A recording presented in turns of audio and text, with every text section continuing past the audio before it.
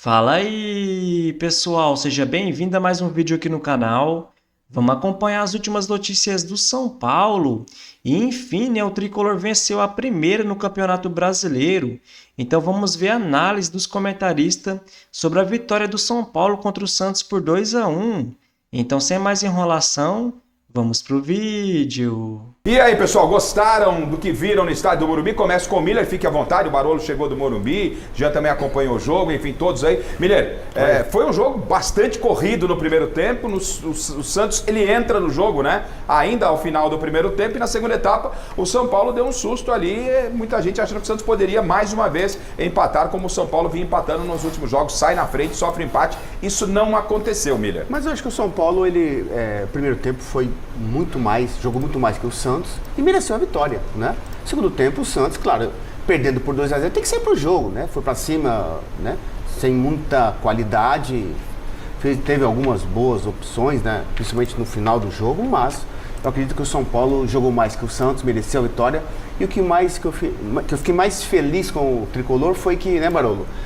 Os dois gols do São Paulo foram de jogadas construídas. Isso é legal. Não foi de bola parada, que é uma ocasião, né, uma coisa circunstancial. Mas os dois gols de bola trabalhada, né, que resultou no gol do Ferreirinha e do André Silva. Acho que isso é importante. Acho que o Zubeldia, os jogadores, têm que levar isso para a próxima partida, até porque a gente sabe que o Campeonato Brasileiro, cada rodada é uma dificuldade muito grande, né, que os grandes passam, né, principalmente jogando em casa, né. São Paulo hoje, acho que não é que soube sofrer. Acho que o sofrimento, a dificuldade sempre vai ser encontrada diante do adversário. É um clássico, é uma rivalidade, mas eu acredito que a vitória do Tricolor foi merecida. Aliás, o Ferreirinha, né, Barolo, parece que desandou a fazer gols aí. Depois do desafio do Neto lá, que falou que se ele não fizer 10 gols na temporada, aquela história toda, o Ferreirinha tá fazendo um gol atrás do outro, Barolo. Eu fiz um pedido pro Neto fazer isso com o Luciano, com o Caleb. Mas hoje, eu concordo com o Miller, mas hoje sabe o que eu acho que aconteceu diferente no São Paulo? Foi o que aconteceu contra o Botafogo também. O São Paulo entrou com 11 jogadores, foi 11 contra 11. Porque quando o Luciano joga no meio de campo é 10 contra 11. O São Paulo joga com um a menos. E aí não é só um a menos, é um a mais para o adversário. Porque o Luciano não é meia. O Zubeldia ainda não entendeu isso. Parece que ele está começando a entender. Não entendeu. Contra o Botafogo ele colocou o menino, o Matheus Alves. Ele não entrou hoje. Então, mesmo com a pressão da torcida, Paulo, a torcida pressionou, a torcida pediu. O Matheus Alves, mesmo ele não sendo craque ainda, tem muito para evoluir, ele é meio campo de função. Então, ele preenchia o espaço no meio de campo e a transição do São Paulo, que geralmente é muito lenta com o Luciano, porque o Luciano joga de costas, ele recebe a bola e toca para trás. Não é característica dele. Com o Matheus Alves, tanto que ele deu assistência, a primeira como profissional, foi o passe dele para o André Silva. O São Paulo mudou a velocidade do São Paulo no primeiro tempo e me impressionou. Eu até comentei, a gente fez a transmissão pela Viver TV, eu comentei, a última vez que eu vi um contra-ataque rápido do São Paulo, o Miller jogava. É a única vez, porque não é comum você ver contra-ataque do São Paulo. E aí o Santos achou o gol, porque o Santos não tinha criado nada, absolutamente nada.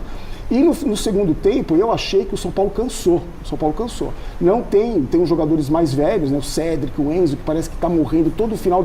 Passa dos 30, parece que ele vai ter um infarto, ele está morrendo.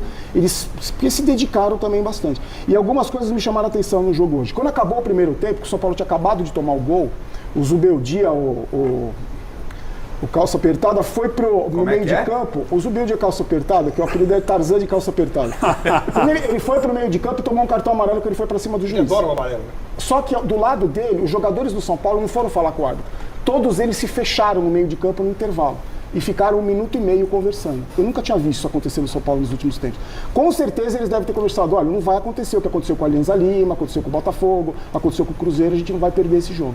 No segundo tempo, como o Miller falou, o Santos não tinha nada a perder, foi pra cima, o São Paulo criou pouco, mas eu acho que o Zubeldia demorou um pouco para mexer, ele podia ter tirado os jogadores cansados antes, mas eu concordo com o Miller, a vitória foi justa, o São Paulo precisava vencer, importantíssimo para o jogo de quarta-feira pela Libertadores contra o líder do grupo, para dar um sossego para o Zubeldia e para dar uma tranquilidade maior, e principalmente para a torcida, velho. 52 mil pessoas. Que barata a torcida do São Paulo, né? Cara, num momento como esse. Pessoas sem Oscar, sem Lucas. E no domingo de Páscoa. Eu só quero lembrar, o Zubeldia deu uma entrevista no ano passado para o portal GE. Ele foi perguntado se ele pudesse ter algum poder no futebol, alguma pergunta assim, mais ou menos isso. Ele falou assim: se eu tivesse um poder, eu gostaria de regulamentar a rede social. Para a rede social só ter coisa boa, para só elogio, só. Então ele não está acostumado com crítica, ele não gosta de crítica, ele não quer ser criticado e não ser cobrado. A principal crítica que eu faço ao Zubeldia é que, para mim, ele não é treinador de time grande. A história dele mostra isso. São 17 anos de carreira e não dirigiu nenhum time grande. Então ele substitui para segurar o jogo, ele tem medo, ele retranca o time. Esse é um problema que ele tem. O Zubeldia, hoje, ele foi apresentado exatamente um ano atrás. Ele já tem 71 jogos comandando o São Paulo. E eu queria que vocês me falassem 5 bons. 5. Não é o segundo tempo contra o Corinthians, o primeiro contra o Alianza Lima. 5 jogos bons. Isso é uma outra coisa. Em relação à entrevista, ele só quer ser paparicado. Ele não quer ser cobrado, ele não quer ser questionado. Ele foi extremamente deselegante com o menino. Depois da entrevista, ele foi para cima, que foi o trecho que a gente mostrou. Não precisava disso, mas para mim, o que ficou claro para mim é que nessa entrevista ele tira totalmente o foco da incompetência dele naquele jogo. Quando ele coloca o Luciano, ele destruiu o time. O São Paulo sofreu um empate. No dia seguinte, nas redes sociais, todo mundo ficou falando dessa entrevista e ninguém ficou falando da substituição dele, que ele afundou o time. Para mim, isso foi estratégia. Até porque a gente resgata essa entrevista, essa confusão pós-entrevista coletiva do Zubeldia com o jornalista Sá, né, lá do Portal do São Paulo, de um dos portais aí de torcedores do São Paulo, porque ele fala de ética. Não somos nós, a gente quer discutir o futuro do Zubeldia. E em cima disso eu pergunto ao Rogério Barolo, perguntei para ele na chegada aqui, falei, e aí Barolo, ele ganha um fôlego? Como é que fica, na sua avaliação daquilo que você conhece do São Paulo, a situação do Zubeldia? Dá um fôlego, esquece essa história de Dorival chegar, de um outro treinador, ou não, porque tem já pela Libertadores no próximo meio de semana, e daquilo que você tem de informação, caso o trabalho do Zubeldia não se prolongue, que se comenta dentro do São Paulo? O São Paulo, o Zubeldia, a vitória de hoje foi importante para dar esse respiro, só que foi uma vitória... E se o Rafael toma aquele gol lá?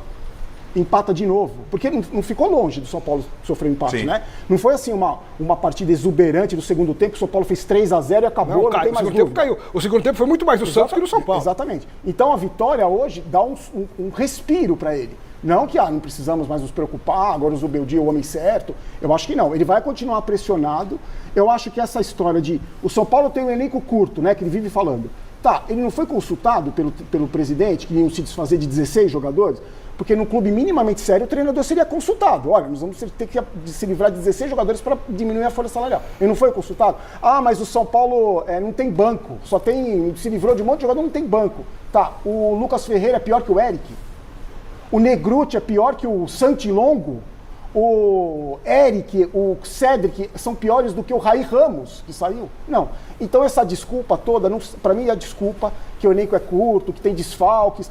No ano passado, o São Paulo não tinha tanto desfalque assim, não conseguiu ganhar os últimos 7 jogos do Campeonato Brasileiro, nas mãos do Zubeldia. Se por um acaso os resultados não vierem. Se os resultados vierem, obviamente, futebol é resultado, o Zubeldia segue o trabalho dele. Se os resultados não vierem já de imediato, o primeiro nome é Dorival Júnior, sim ou não? O que você tem de informação? Pela informação que eu tenho lá de dentro, o primeiro nome que o São Paulo vai atrás se chama Fernando Diniz.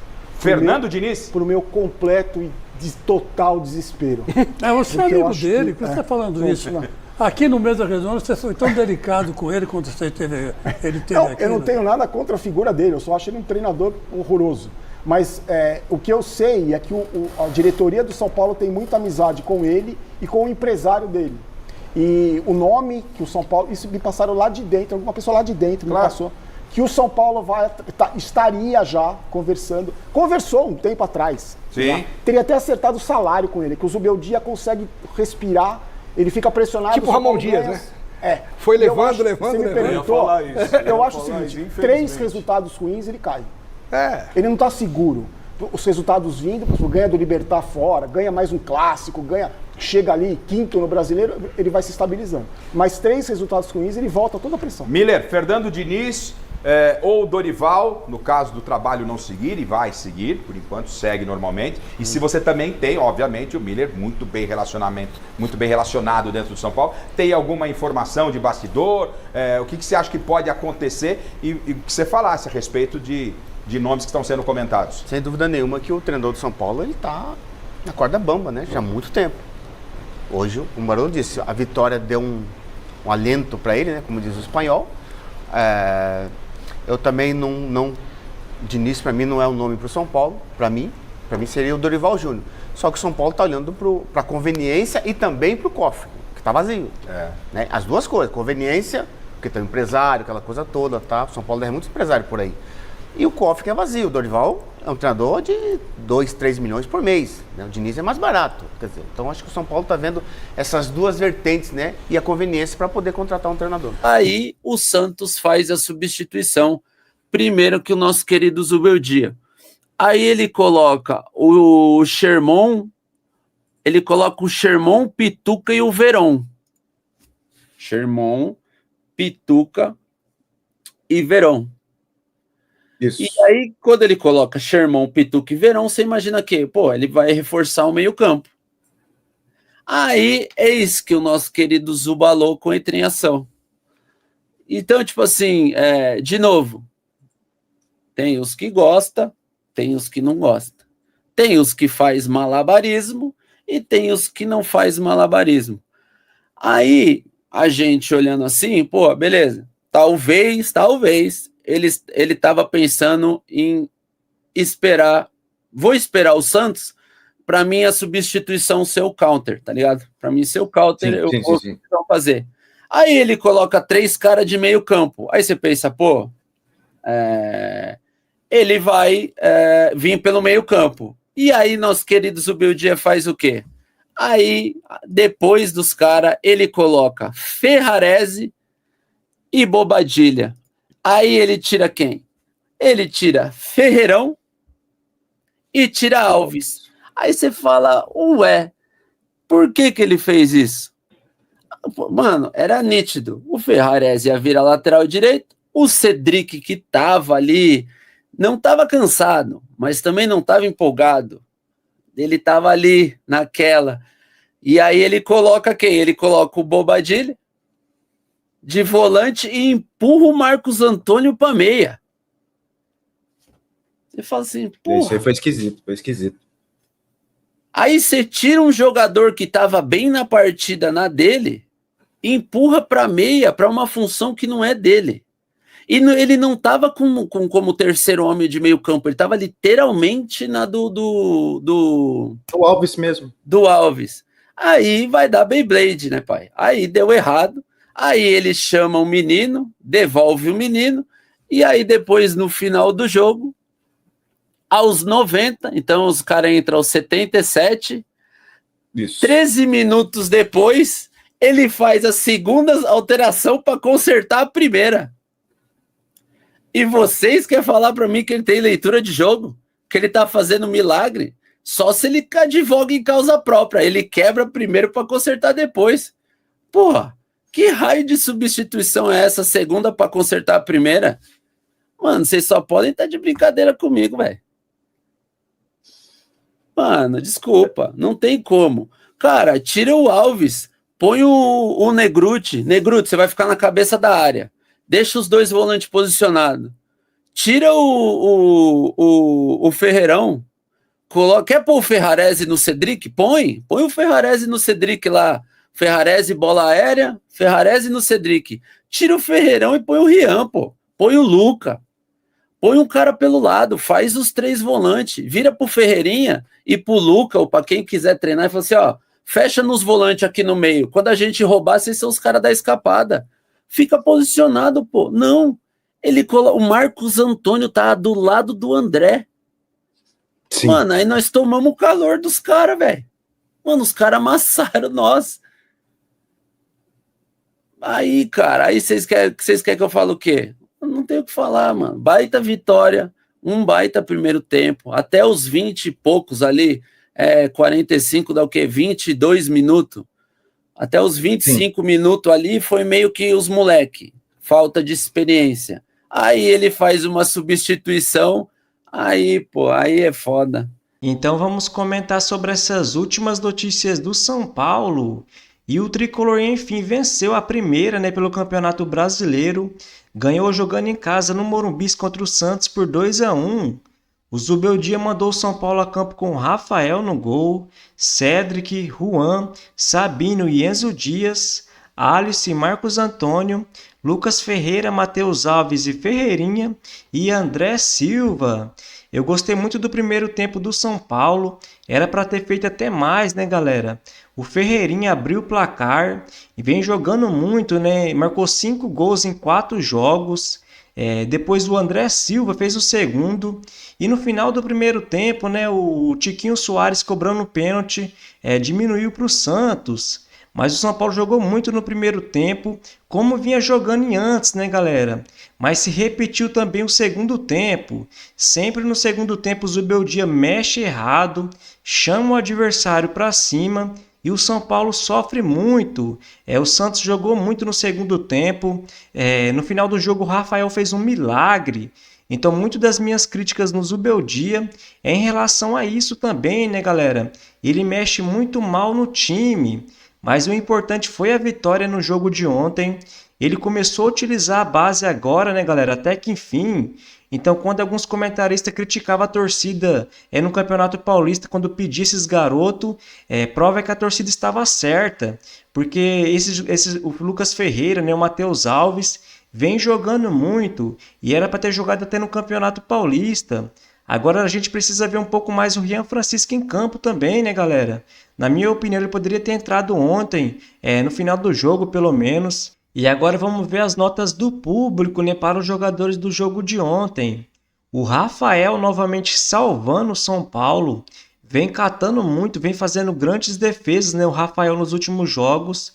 E teve uma nota ali de 9. O Cédric Soares, que chegou como uma aposta aí no São Paulo, vem jogando muito também e teve uma nota ali de 7.5. O Igor Vinícius, né, que entrou ali no segundo tempo, no fim do jogo nem teve nota. Ele que vai ter o contrato acabando no fim do ano e não deve renovar com o São Paulo. O Juan, zagueiro, foi muito bem também no jogo de ontem, teve uma nota de 6.6. O Sabino teve uma nota ali de 6.7.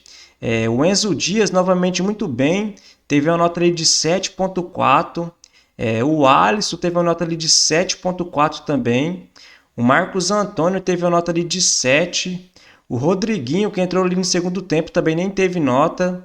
O Lucas Ferreira, o garoto da base, vem jogando muito, né, galera? Isso prova que ele poderia ter jogado mais no Campeonato Paulista também. E teve uma nota ali de 7.5. O Bobadilha teve uma nota ali de 6.2. E o Matheus Alves, né, galera? O melhor jogo dele no time de cima do São Paulo. Jogou muito ontem, foi considerado o melhor do jogo e teve uma nota ali de 8.6. O Ferrarese teve uma nota ali de 6.3. E o André Silva, né, que fez o gol ontem, o segundo gol do São Paulo, teve uma nota ali de 7.6. E o Ferreira, né, galera, vem jogando muito, vem surpreendendo e teve uma nota ali de 8.7. E o Luiz Zubeldia teve uma nota ali de 5.7, muito por causa da substituição, né, pessoal? Principalmente do segundo tempo, que nem eu já falei, ele vem sempre chamando o adversário para cima, então ele precisa sim corrigir isso, na minha opinião. E após vencer, né, seu primeiro jogo pelo Campeonato Brasileiro, o São Paulo volta a campo nessa quarta-feira, joga fora de casa contra o Libertad pela Libertadores. Já no dia 26, joga fora de casa contra o Ceará pelo Campeonato Brasileiro. Já no dia 29, joga em casa contra o Náutico pela Copa do Brasil. Já no dia 2, joga em casa contra o Fortaleza pelo Campeonato Brasileiro. E no dia 6, joga fora de casa contra o Alianza Lima pela Libertadores. Então essa é a sequência do São Paulo nos próximos dias.